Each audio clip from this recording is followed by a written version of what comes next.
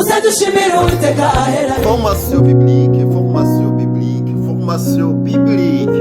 Bantu mwese mu ntara Gitega no mu cungararo yaho ukuri Bible Study UBS mu mfunyapfunyo rirabamenyesheje ko ryatanguye kwakira abanyeshuri bashasha bifuza kwiga inyigisho za Bibiliya.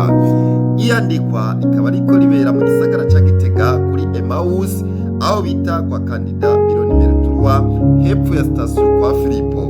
Umwaka w'ishuri ukaba uzotangura igenekerezo rya 8 mu Kakaro uyu mwaka nyene.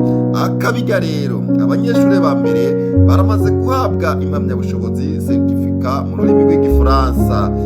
Kaze twige kugira ngo tuzoraga abandi amakosa ava mu kutamenya. Nshuti yanje mukundwa, ndagutumiye kwiga kuri ino shure kuko abamaze kuhiga baramaze kubona akamaro kabyo.